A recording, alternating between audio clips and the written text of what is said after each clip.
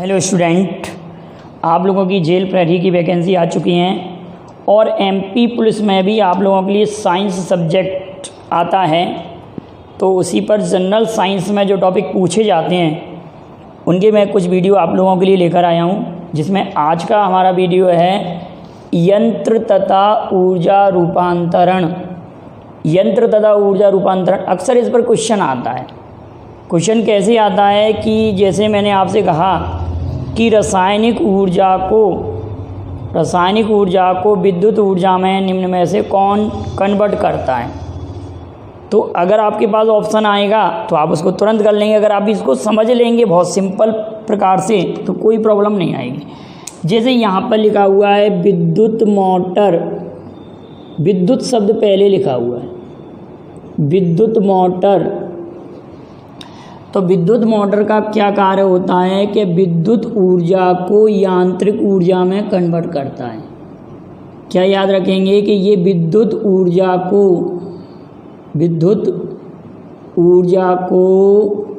यांत्रिक ऊर्जा में कन्वर्ट करता है। तो क्वेश्चन आया कि विद्युत ऊर्जा को यांत्रिक ऊर्जा में निम्न में से कौन सा यंत्र बदलता है। तो आप तुरंत लगा देंगे विद्युत मोटर। विद्युत ऊर्जा को यांत्रिक ऊर्जा में कौन बदलता है, तो विद्युत मोटर। लेकिन उल्टा अगर आ गया कि यांत्रिक ऊर्जा को विद्युत ऊर्जा में, यांत्रिक ऊर्जा को विद्युत ऊर्जा में, यांत्रिक ऊर्जा को विद्युत ऊर्जा में कौन बदलता है, तो डायनेमो। यांत्रिक ऊर्जा को विद्युत ऊर्जा में डायनेमो कन्वर्ट करता है। अब लाउड स्पीकर की बात आती है। लाउड स्पीकर, तो लाउड स्पीकर भी विद्युत ऊर्जा को, देखो दोनों एक दूसरे के अपोजिट हैं, ये दोनों और ये दोनों अपोजिट हैं। ये क्या करता है, विद्युत ऊर्जा को ध्वनि ऊर्जा में बदलता है, विद्युत ऊर्जा को ध्वनि ऊर्जा में कन्वर्ट करता है। लाउड स्पीकर विद्युत ऊर्जा को ध्वनि ऊर्जा में कन्वर्ट करता है। लाउड स्पीकर विद्युत ऊर्जा को ध्वनि ऊर्जा में। माइक्रोफोन जस्ट इसका अपोजिट होता है।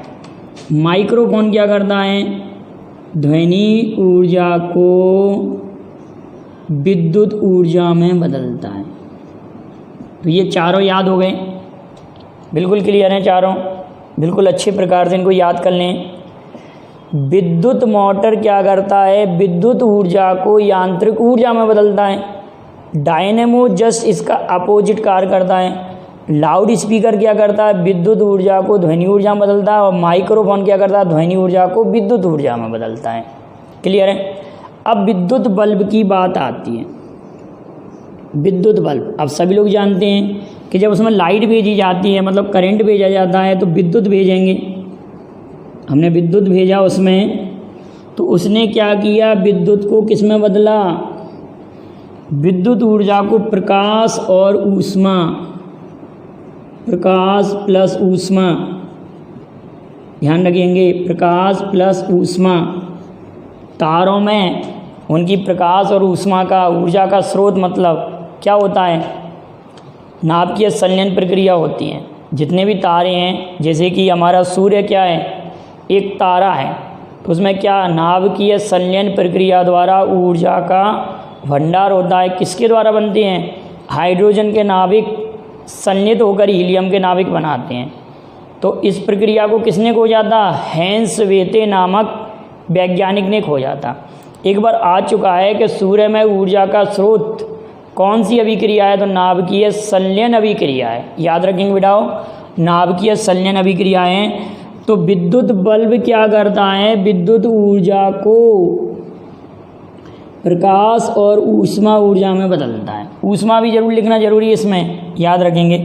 अब विद्युत सेल क्या होता है, विद्युत सेल, आप देखिए बेटा ध्यान समझना, विद्युत बल्ब और विद्युत सेल में डिफरेंस समझ लीजिए। सेल, तो सेल में होती है रासायनिक ऊर्जा, तो ये रासायनिक ऊर्जा को ये विद्युत ऊर्जा में कन्वर्ट करता है। कौन, विद्युत सेल। माना जो इलेक्ट्रिक कार्य करती है, लाइट जो कार्य करती है, वही कार्य विद्युत सेल करता है, लेकिन इसमें रसायन होते हैं, केमिकल होते हैं। केमिकल से क्या बनती है, विद्युत। सेल क्या करता है, रासायनिक ऊर्जा को विद्युत ऊर्जा में कन्वर्ट करता है। ये विद्युत सेल है और ये था विद्युत बल्ब। अब आता है सोलर सेल। सोलर सेल तो सभी लोग जानते हैं। सोलर रूफ टॉप के मामले में गुजरात राज्य प्रथम स्थान रखता है ना। सोलर रूफ टॉप के मामले में गुजरात राज्य पहला स्थान पर है। तो सोलर सेल या सोलर पैनल, तो सूर्य की ऊर्जा मतलब सौर ऊर्जा, सूर्य की ऊर्जा मतलब सौर ऊर्जा को किस में कन्वर्ट करते हैं, ये विद्युत ऊर्जा में मतलब प्रकाश ऊर्जा में। यहाँ पर प्रकाश भी लिख सकते हैं। सौर सेल का क्या कार्य है, सोलर सेल का विद्युत ऊर्जा में कन्वर्ट करेंगे, या इसको हम क्या कह सकते हैं, लाइट, मतलब वही विद्युत हमको प्रकाश देगा। सोलर सेल सौर ऊर्जा को विद्युत ऊर्जा में कन्वर्ट करता है। मोमबत्ती, 2 क्वेश्चन और याद रखना मोमबत्ती पर। क्वेश्चन कैसे बनता है कि मोमबत्ती का जलना किस परिवर्तन का उदाहरण है और मोमबत्ती का पिघलना किस परिवर्तन का उदाहरण। जरा आप 1 मिनट के लिए जरा इसको सोचें कि मोमबत्ती का जलना किस परिवर्तन का उदाहरण है और मोमबत्ती का पिघलना किस परिवर्तन का उदाहरण है। तो आप ध्यान रखना कि मोमबत्ती जब जलती है, मतलब मोमबत्ती जब जलेगी, तो यहाँ पर बात ये आ रही है, अगर मोमबत्ती को हम जलाएंगे तो रासायनिक ऊर्जा से हमको प्रकाश और क्या मिल रही है, ऊष्मा मिलती है। रासायनिक ऊर्जा से हमको प्रकाश और ऊष्मा मिल रही है मोमबत्ती से।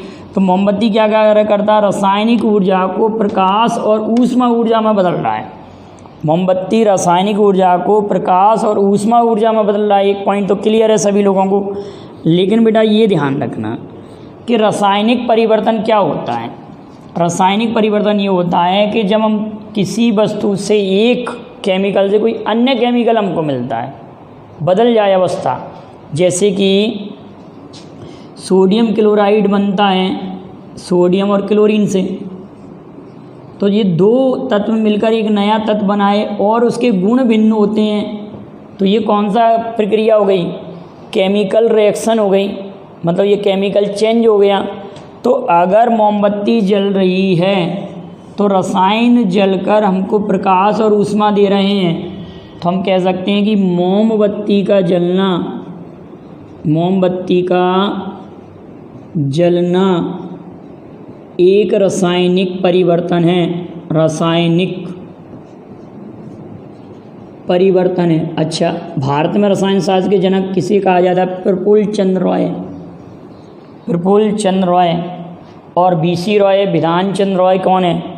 भारत के प्रसिद्ध डॉक्टर और पश्चिम बंगाल के सीएम भी रह चुके थे। उनका जन्म दिवस डॉक्टर दिवस के रूप में मनाया जाता है। तो रसायन शास्त्र के भारत में जनक कौन है? प्रफुल्ल चंद्र रॉय भारत में। और लेकिन विश्व में रसायन शास्त्र का जनक किसे कहा जाता है, ये आप मुझे कमेंट करके जवाब भेजेंगे कि रसायन शास्त्र का जनक किसे कहा जाता है। तो मोमबत्ती का जलना कौन सा उदाहरण है? मोमबत्ती का जलना रासायनिक परिवर्तन है। अब लेकिन कहा जाए कि मोमबत्ती का पिघलना,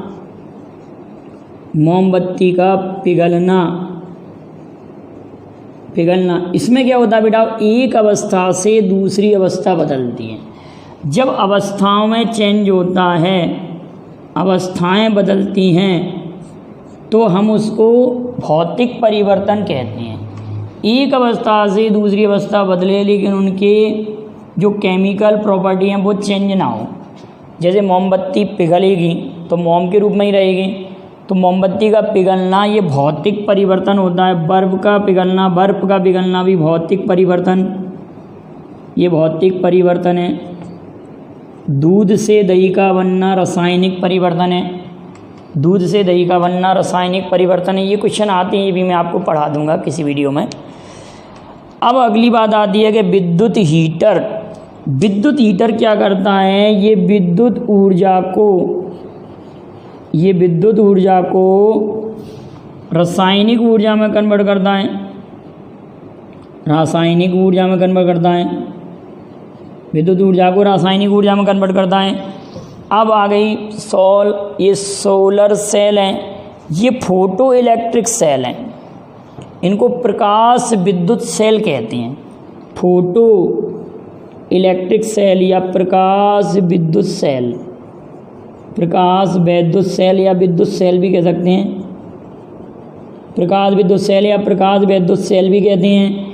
ये क्या करते हैं बेटाओ कि प्रकाश ऊर्जा को, लाइट को इलेक्ट्रिक की बात नहीं हो रही, लाइट को माने प्रकाश को, ये प्रकाश को विद्युत ऊर्जा में बदलते हैं। फोटो इलेक्ट्रिक सेल क्या करते हैं कि प्रकाश को, ऊर्जा को विद्युत ऊर्जा में बदलते हैं। ये बिल्कुल याद रखना है, तो आप इसको गलत कर सकते हैं। फोटो इलेक्ट्रिक सेल और सोलर सेल में अंतर क्लियर कर लें, ठीक है। अगला है जलता कोयला रासायनिक ऊर्जा को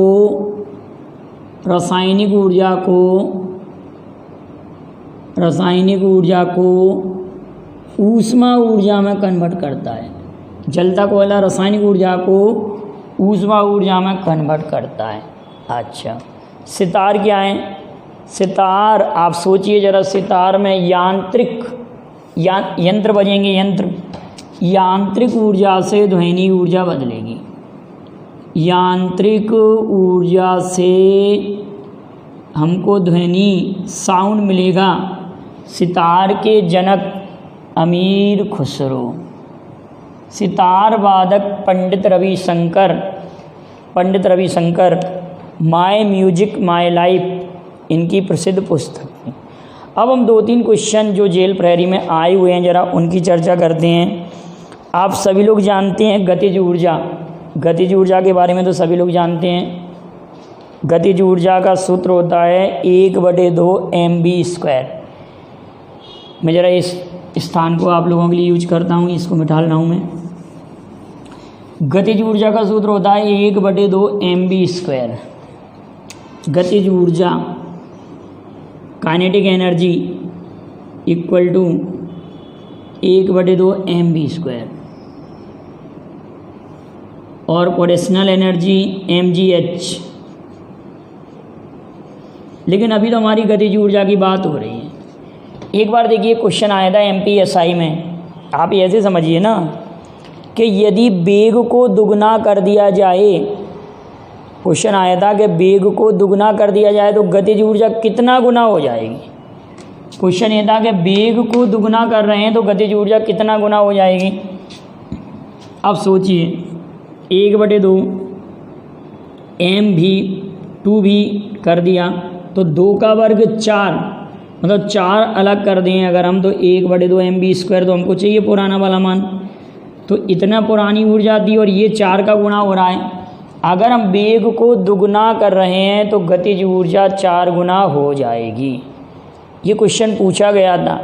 अगर मैं ये कहूँ कि वेग को तिगुना कर रहे हैं, वेलोसिटी को हम 3 टाइम कर रहे हैं, वेग को अगर तिगुना कर रहे हैं तो गतिज ऊर्जा कितना गुना हो जाएगी, तो 3 का वर्ग 9 गुना हो जाएगी। अच्छा, अगर वेग को हम आधा कर दें, आधा 1/2 कर दें, वेग को अगर आधा कर दें, क्वेश्चन आ चुका है, तो गतिज ऊर्जा 1/2 का वर्ग मतलब गतिज ऊर्जा 1/4 गुना हो जाएगी, 1/4 रह जाएगी। वेग को अगर आधा कर दिया जाए तो गतिज ऊर्जा 1/4 गुना हो जाएगी। अब आप एक क्वेश्चन का जवाब दीजिए कि यदि वेग को हम 4 गुना करें, क्वेश्चन है आप लोगों के लिए, इसका कमेंट करके आप जवाब भेजेंगे। यदि वेग को 4 गुना करें, यदि वेग को 4 गुना किया